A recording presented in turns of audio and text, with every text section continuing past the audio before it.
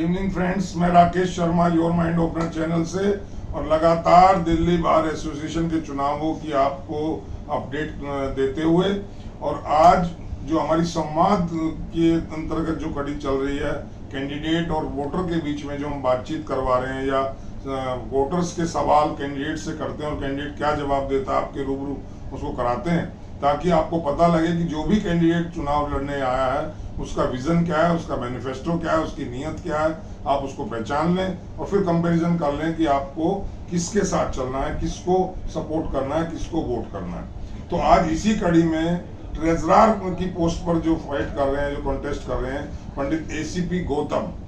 तो पंडित एसीपी गौतम, मैं समझता हूँ शायद पिछली बार भी उन्होंने चुनाव लड़ा था और इस बार भी सेम पोस्ट पर वो चुनाव लड़ रहे हैं। मैं आपकी बात उनसे कराऊंगा, आपके थ्रू जो आपने मेरे को पूछा है वो सवाल मैं इनसे पूछूंगा और जवाब ये देंगे, सुनेंगे आप, उसके बाद डिसाइड आप करिए कि आपने क्या करना है। एसीपी गौतम जी, आपका स्वागत है हमारे चैनल में। आपको तो बहुत बहुत अग्रिम शुभकामनाएं। आप एक नोबल काज के लिए आगे आ रहे हैं कि भी मैं एडवोकेट्स के वेलफेयर के लिए आ रहा हूँ, ऐसा कहा जा रहा। तो मैं सिर्फ सबसे पहले जानना चाहता हूँ, what is your main reason, कि आप किस बात को लेकर के एसोसिएशन में आना चाहते हैं? सर, सबसे पहले तो मैं धन्यवाद देना चाहूँगा आपके सभी दर्शकों को, आपको भी, कि आपने मुझे मौका दिया और ये सारी चीज़ें डिस्कस करने का एक अच्छा मंच मिला जी। रीज़न की अगर हम बात करें तो मेरा बिल्कुल क्लियर रीज़न है। आज ये जो हालात हैं, इन हालातों में हमारी जो पीछे की जो कमेटियाँ रही हैं, इवन TCRA की नहीं, अदर कमेटी की बात करूँ, लेकिन हम बिकॉज अभी TCRA के इलेक्शन में कंटेस्ट कर रहे हैं, तो TCRA के रिगार्डिंग मैं बताना चाहूँगा कि पिछली कुछ कमेटियों ने सिर्फ और सिर्फ सिचुएशन पैसे से ही नहीं, यहाँ तक सिर्फ पैसे की बात करें तो फर्टिलिटी हमारी बहुत मजबूत है इस मामले में, पैसे को इतना एक बार वो अवॉइड कर सकते हैं, लेकिन बहुत सारे तरीके से पूरी की पूरी फर्टिलिटी को डिग्रेड करने का काम किया है। तो आप आएंगे तो उसको अपग्रेड करेंगे निश्चित तौर पर। कैसे? मैं वही बताना बीइंग ए प्रैक्टिसिंग लॉयर, अगर मुझसे पहले वाले जितने भी ऑफिस बेयरर्स थे वो अपनी ड्यूटीज़ का सही निर्वहन करते, तो मैं भी अपना ही काम सिर्फ और सिर्फ फोकस करके प्रैक्टिस करता हूँ। आज मजबूरन मेरी सिचुएशन ऐसी हो चुकी है कि मुझे ये डिसीजन लेना पड़ा कि कमेटी में मुझे खुद आना चाहिए और आने के बाद में जो भी कुछ अच्छे तरीके से चीज़ों को मैं मैनेज कर सकता हूँ अपने कैलिबर एंड पोटेंशियल के अकॉर्डिंग, डेफिनेटली मैं करूँगा। और उसका तरीका क्या है वो मैं बताना, कुछ छोटे छोटे पॉइंट्स में बताना चाहूँगा, बातों को ज़्यादा लंबा ना करके, क्योंकि बहुत लंबी बहुत सारी चीज़ें आज की डेट में डिग्निटी जो ख़त्म हो रही है कंटिन्यूअस, वो इसलिए भी हो रही है कि हमारे यहाँ पर किसी भी तरह के प्रॉपर कोई पैरामीटर्स नहीं लगाए जा रहे हैं कि किस तरह के लोगों को पहले तो प्रोफेशन में आने के लिए अलाउ किया जाना चाहिए। दूसरा, उसके लिए वो बनाना जरूरी कुछ रेगुलेशंस। दूसरा सबसे बड़ी बात, थोड़ा क्लियर करें किस तरह के लोगों को इस बैकग्राउंड में आना चाहिए। हाँ, मतलब हमारे हिसाब से तो ये है कि जो लॉ कर लेगा उसको आ जाना चाहिए। मैं बिल्कुल आप कह रहे लॉ कर, तो जो आज की डेट में बहुत आयात में इस तरह के कॉलेजेस हो गए हैं जहाँ पर रेगुलर क्लासेस भी ना करें, बिना CI ने उसके आगे भी एक फर्दर AIB का जो एग्जाम कर दिया, निश्चित तो और क्या चाहते हैं आप? मैं ये चाहता हूँ प्रॉपर, अब मैं तो एक्चुअली मैं पर्सनल वे में कह रहा हूँ, क्योंकि कमेटी के सिचुएशन में वो कमेटी के हाथ में नहीं है। मैं रिकमेंडेशन हम लोग भेज सकते हैं यहाँ से, क्या BCD या BCI इस पे वर्क करें और इसको प्रॉपर करके देगी, जैसे एक प्रॉपर एज लिमिट करेगी, जैसे कि MBBS के लिए है, इंजीनियरिंग के लिए है, बाकी के अदर प्रोफेशंस के लिए है, कि जो लोग वाकई ही इस प्रोफेशन में इसको चूज करते हुए आए, फोकस करके उनको ध्यान जाए। और इसके अलावा जो लोग आ रहे हैं, how will you will decide या हाउ विल जज कि इस एज के बाद वो आदमी एडवोकेट नहीं बन सकता? मैं बिल्कुल बताना चाहूँगा। नॉर्मली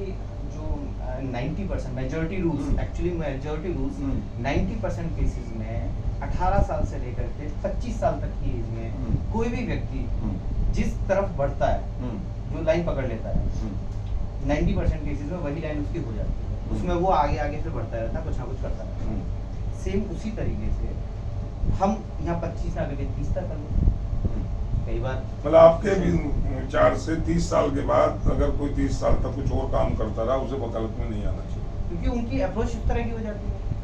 कोई किसी दूसरे प्रोफेशन से प्रॉपर्टी डीलिंग से आ रहा है तो यहाँ पे प्रॉपर्टी डीलिंग जैसी सिचुएशन क्रिएट कर रहा है। कोई अगर किसी और तरह के ट्रेडिंग प्रोफेशन से आ रहा है तो वो उस तरह के ट्रेडिंग वाली सिचुएशन तो जो 25-30 साल तक एक सेकंड, अगर पूरी बात इस सुनिए। फेटर्निटी में आगे वो कोई वो मैं पैटर्न नहीं अपनाएगा। मैं कह रहा हूँ उसके लिए अगर इस तरह की सिचुएशन बन भी रही है तो वो व्यक्ति इस लायक है या नहीं, उसके लिए प्रॉपर स्क्रीनिंग होनी चाहिए। जैसे who will do it?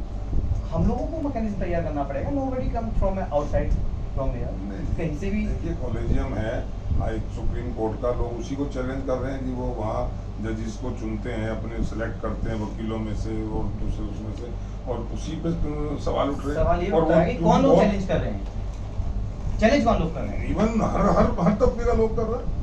जो लोगों को लेकिन वकीलों को इतने लार्ज नंबर में करोड़ों वकील हैं पूरे देश में, करोड़ों होंगे जी, या कई लाख होंगे, जी, जी। तो उनको सेलेक्ट करना, उनको छांटना, स्क्रूटनाइज करना, whether is fit for advocacy और not, is it small yes job? Possible. अच्छा कैसे? There are so many ways. कैसे? एक वही बताइए। साइंटिफिक तौर पे हाँ। दिस इज वेरी प्रूवन हाँ। कि किसी की स्क्रीनिंग अगर की जाए, उसके पर्टिकुलर क्वेश्चन आंसर हैं, क्वेश्चनरियर्स हैं, हाँ। एप्टीट्यूड सामने वाले का क्या है, ये पता लगाया जा सकता है आज की डेट में। क्वांटम फिजिक्स इतना आगे पहुंच चुका है कि लोगों की विचारधारा तक बता सकता है। मैं उसको ब्लड टेस्ट कराएं कि क्या क्या, मैं फिंगर हमारे दर्शक समझ नहीं पा फिंगरप्रिंट तक से पता लगाया जा सकता है। फिंगरप्रिंट लें Yes, sir, तो आपका तो फिंगरप्रिंट channel ही एक्सपर्ट इतना solid है। बताएगा कि आप- whether is fit for advocacy और not. Yes it can B.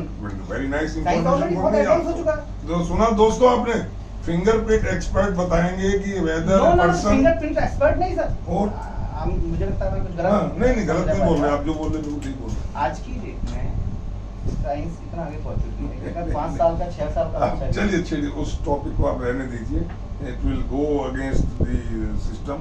जी। मैं सिर्फ ये जानना चाहता हूँ, आपने वो एक बहुत बड़ा बताया- एक मैंने बोला हाँ, हाँ, छोटी छोटी उसमें हम कभी आपने एक तफसील के से बारे में बात क्वेश्चन करेंगे। किया जी, आपने एक बार एक कभी क्वेश्चन तफसील किया, मैं से पहले बात कह रहा हूं, करेंगे। पॉइंट्स में आता हूं। चलिए आपने दूसरा तो पॉइंट है मेरा। हाँ हाँ दूसरा बताएं point है। बताएं बताएं। एक पॉइंट ये हो गया कि जी, उस तरह की जी। स्क्रीनिंग प्रॉपर होनी चाहिए, जी उसके लिए पूरा मैकेनिज्म होता है। दूसरा मेरा जो पॉइंट है वो ये है कि हमें जल्द से जल्द ये डिसीजन लेना होगा अपनी एसोसिएशन के ऊपर कि white shirt, black pant and coat जो हमारी गरिमा है और हमारा पैंट, इस तक की जो सिचुएशन है अभी हमारे कोर्ट में कई बार हम देखते हैं कि जो लोग एडवोकेट नहीं हैं, चाहे वो मुंशीज हैं, वो भी काला कोट पहनते चाहे वो हैं, कोई भी है। टाइपिस्ट हैं, हाँ। चाहे वो कुछ भी है और हैं, वो बहुत से लोग नॉन एडवोकेट्स भी इस तरह की ही यूनिफॉर्म पहन रहे हैं, जो कि बार एसोसिएशन लेवल पे हम कर सकते हैं कि who are the advocates are allowed only, maximum interns allowed, जो कि वुड बी एडवोकेट्स या वुड बी जजेस। इसके अलावा जितने भी नॉन एडवोकेट्स लोग हैं उनको they ये should be in another uniform. should be avoided in the एक court। ड्रेस कोड दिया जा सकता है। ठीक ठीक, और बताएं। दूसरा, इसके अलावा तीसरा मैं ये कहना चाहूँगा कि आज से हम 10-20 साल पीछे की जब हम बात करें, जैसे वो आप सीनियर्स से और बाकी सबसे हमें पता लगता है कि प्रोफेशन की एक डिग्निटी जो मेंटेन थी, उसके पीछे बड़ा रीज़न जो था वो ये भी था कि एक ना आपस का जो बीच में संवाद था एडवोकेट्स का, क्लाइंट्स का, इवन जजेस का, ये बहुत ही लहजे तरीके से, अच्छे तरीके से चल रहा था। अब इसमें सिर्फ और सिर्फ advocates are not responsible for this situation कि उन्होंने ही सब कुछ किया है। ताली हमेशा दोनों हाथ से बजती है, वो जुडिशरी की तरफ से भी हुआ है, अदर डिपार्टमेंट्स की तरफ से भी हुआ है, और मैं ये बिल्कुल नहीं कहूँगा कि एडवोकेट्स की तरफ से कोई गलती नहीं है। मे बी तो मैंने जो चीज़ें हमें सही करनी है धीरे धीरे हम वो भी तो सही वो करेंगे। आप अगर एसोसिएशन में आते हैं तो एडवोकेट्स को सही निश्चित करेंगे तौर आप। पे अपने लेवल पे आप तो एडवोकेट्स को ही कर हम सकते हैं सबको ना। अवेयर करेंगे कि ऐसी चीज़ों पे ऐसे ना करके ऐसे हैंडल करिए, ऐसे ना, ऐसी सिचुएशन में अगर आप आते हैं तो चलिए, आप 2012 से इस प्रोफेशन में हैं और अभी 22 लगभग 10 साल होने जा रहे हैं। गौतम जी, 10 साल में आपने एडवोकेट्स के वेलफेयर के लिए एट लार्ज, मैं किसी इंडिविजुअल की बात नहीं कर रहा हूँ, कोई 2 काम ऐसे किए हों जिसकी बिना पे हम वोटर्स आपको वोट दे दें, या ये मान लें कि you are concern with the welfare of advocates? पहला मैंने ऐसा जो भी काम किया है अपनी पूरी श्रद्धा और तन मन धन से, क्या कि कि मेरे कोई काम मेरे पास जितने भी न्यू कॉमर्स हमेशा आए, मैंने अपनी तरफ से उनका पूरा ध्यान रखा और जितना अपनी तरफ से उनको सही रास्ता दे सकता था, सही नॉलेज अपनी तरफ से दे सकता था, जितनी मेरी कैपेसिटी थी, उनको पे भी कर सकता था, वो भी मैंने किया।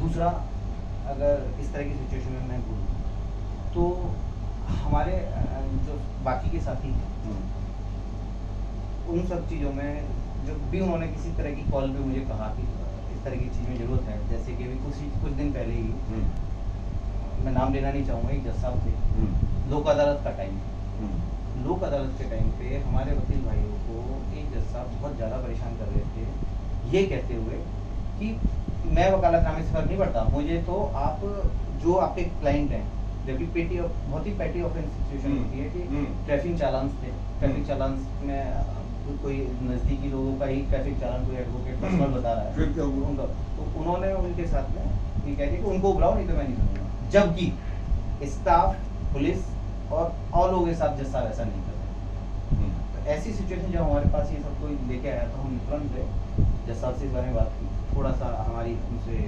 नोकझोंक भी हुई थी बात को लेकर, फाइनली उनकी कंप्लेंट करके जो उस दिन के प्रभारी थे सेशन जज साहब थे, तो उन्होंने भी उनको बुलाया और उनको समझा दिया अच्छे से, और बाकी की चीज़ें हुई थी रिजॉल्व कर, और जज साहब को वैसा करने से हमें 2 काम, ये काम आपने 10 साल में किया? 10 साल में आपने 2 काम अभी रिसेंटली का कोई 2 काम, जो 3 बता दें, मैं 2 तो मिनिमम जहाँ फर्टिलिटी को हमारी जरूरत हुई हमने अपने तरीके से उनका पूरा साथ दिया, जैसे कि 2 करोड़ का ड्यूरेशन की बात हुई, या फिर उसमें क्या किया? हमसे कहा गया कि आपको ये जिम्मेदारी देते हैं कि आप कोर्ट्स में भी अपेयर नहीं होंगे, आप सेंट फ्रॉम वर्क होगा, हमने उसमें पूरी कोशिश करी उस तरह से रखा जाए। इवन हमने तो अपने सजेशन भी दिया, कोशिश भी की हमने कि इस तरह की सिचुएशन को 6-6 महीने या 3-3 महीने नहीं खींचा जाए, इसको हम सीधा जल्द से जल्द निपटाएं, और जल्द से जल्द निपटाने के लिए हमसे जो किया गया हमने वो किया भी। अब वो डिटेल में नहीं जाना चाहूँगा, कॉमन आपने किया तो सबके बट भी एटलास्ट किया सर, वो मेरा personal last question that was not my for personal. Last मेरा क्वेश्चन आपसे ये है कि आपकी सीट पर मेरे ख्याल से 7-8 लोग खड़े हैं, 9 लोग खड़े हैं, तो 9 लोगों में से मुझे एक को चुनना है, मुझे से मतलब मैं वोटर हूँ, सिंपल सा बिल्कुल आखिरी पायदान पे खड़ा हुआ, छोटा सा बिल्कुल, अभी जुम्मा 4 दिन से वकालत में आया हूँ, और मुझे चूज करना है उन 9 में से एक को। तो आप मुझे कह रहे हैं कि आप मुझे वोट दें, मुझे कह रहे हैं, हर वोटर को आप ये कह रहे हैं, बिल्कुल मैं सबसे तो जो अपील आप कर रहे हैं, तो वोटर पूछ रहा है मेरे थ्रू आपसे कि आप मुझे ऐसी कोई एक क्वालिटी बताइए अपने अंदर जिसकी वजह से मैं उन 8 को इग्नोर कर दूं, ABCDEF जो है, और आपको वोट दे दूं। कोई एक ऐसी क्वालिटी आप अपनी बताइए वोटर्स को। वोटर सुन रहे हैं आप? मैं अपने वोटर्स को हाथ जोड़ के विद फोल्डेड हैंड्स यही कहना चाहूँगा, मुझे ही वोट इसलिए देना जरूरी बनता है क्योंकि मैं ही अपने बाकी सारे जो कंटेस्टेंट हैं उनके बीच में ऐसा हूँ जो अपने कॉमन लॉयर्स और अपने साथी जो हैं उनकी समस्याओं को मैं समझता हूँ, और बहुत सी बार बीच बीच में उनके साथ रह करके निदान भी करता रहता हूँ, पहली चीज़। दूसरी बात इसके मेरा मुद्दा ही ये है और इवन एजेंडा ही ये है कि तो प्रैक्टिसिंग लॉयर्स को ही कमेटी में लाए हैं। किसको लाएंगे किसको नहीं, आप अपने मैं उनमें से एक हूँ, प्रैक्टिसिंग भी हूँ मैं, इसलिए अपने लिए मैं प्रैक्टिसिंग लॉयर। ठीक। Second, dedicated to fertility, selfish भी रहेंगे तो गड़बड़ हो जाएगी। तो मेरा ये 2 एजेंडे हैं, अगर ये हम सक्सेसफुली कर पाएंगे तो बाकी की चीज़ों को हम बहुत सॉलिड वे में अच्छे से मैनेज कर पाएंगे। अच्छा, बहुत बढ़िया आपने बात कही। तो सुना दोस्तों, और कुछ कहना चाहते हैं? हाँ बताएं, 1 मिनट और है। कुछ एक चीज़ें हैं जो मैं भी फील करता हूँ, हालांकि मेरी पोस्ट ट्रेजरार है और ट्रेजरार पोस्ट पे इतनी सारी चीज़ें करने का मुझे मौका मिलेगा नहीं मिलेगा वो बाद में मुझे पता लगेगा। मेरी पूरी कोशिश रहेगी कि हम उस पर भी करें। लाइक अक्सर मैं देखता रहता हूँ, सब जगह सुनता आ रहा हूँ, एक पार्किंग बहुत बड़ा इशू हो चुका है जो PGRE में, ये हम रिजॉल्व कर सकते हैं और बहुत मजबूत तरीके से कर सकते हैं। ये इसका ये मेरे पास, ये अगर आप बाहर रहते हैं तो नहीं हो पाएगा रिजॉल्व। नहीं, मेरी कोई सुनेगा नहीं ना, अब तक यही प्रॉब्लम तो रही है, तभी तो मैं इलेक्शन में आने तो बिल्कुल नहीं आता। ठीक है, मैंने इतने लोगों को सपोर्ट किया। सुना आपने, ये थे वजीर खजाना की पोस्ट पर अपना तकदीर आजमा रहे हैं, या यूं कहें कि जोर आजमाइश कर रहे हैं कि ये इनको आप वजीर खजाना बनाएं इस एसोसिएशन में आने वाले में। और इनका एजेंडा यही है, 2 बातें इन्होंने मेन कही हैं कि एक तो ये है कि वकालत कौन करे, ये स्क्रूटनी पहले होनी चाहिए, और कोशिश ये होनी चाहिए 30 साल के बाद अगर कोई इस फैटर्निटी में आता तो he should not be allowed, एक बात। दूसरी बात इन्होंने कही कि मैं प्रैक्टिसिंग लॉयर हूँ और इसलिए मुझे आप चुने, और जो प्रैक्टिसिंग लॉयर नहीं है उनको बिल्कुल ना चुने। और जो बातें इन्होंने कही आपने रूबरू सुनी। नाउ डिसीजन, एक चीज जी, मैंने ये नहीं कहा कि 30 साल के बाद बिल्कुल नहीं आना चाहिए, उसके लिए कुछ पैरामीटर्स होने चाहिए, कौन से लोग वो आए। ठीक है, कोई सिफारिश होनी चाहिए, मस्ट बी मैकेनिज्म प्रॉपर हो, कोई सिफारिश, फिर घूसखोरी शुरू हो जाएगी। मैं 30 साल के बाद उसके लिए proper system Gautam ji, I was basically an engineer. Yes sir. मैं सिविल इंजीनियर था और मैंने सर्व भी किया। जी। अब मैं अगर आना चाहूँ और मेरी ये कोई जान पहचान नहीं हो, मेरा कोई पीछे बैक में कोई वकील जज नहीं है, ये एग्जाम हो उसके लिए तो मैंने एग्जाम तो पास कर लिया, लेकिन एग्जाम तो एआईबी ने कर रखा है, सब पास कर रहे हैं। लेकिन अब मुझे अगर आना होगा या मेरे जैसे किसी और शख्स को आना होगा तो ही has to do something if and but करके वो तो चलिए खैर वो टाइम बताएगा। आपका अगर प्रपोजल मान लिया जाता है तो इस पे काम होगा, कैसे होगा ये वक्त बताएगा। तो दोस्तों, ये थे एसीपी गौतम जी, और इसी कड़ी में मैं और लोगों से भी आपको बातचीत कराऊंगा। इसी तरह हम तीखे सवाल करते रहेंगे आपकी तरफ से और उनके जवाब जानते रहेंगे, और आपको आराम से कंपैरिजन करना है कि आपको अब क्या करना है, किसको सेलेक्ट करना है, whether you are going to select ACP Gautam और समवन एल्स, ये आपको डिसाइड करना है। मैं आप पर छोड़ता हूं, और आज के लिए इतना ही। फिर एक नए उम्मीदवार के साथ आपकी बातचीत कराऊंगा। तब तक के लिए जय हिंद, जय भारत। Thank you. जय हिंद, जय भारत।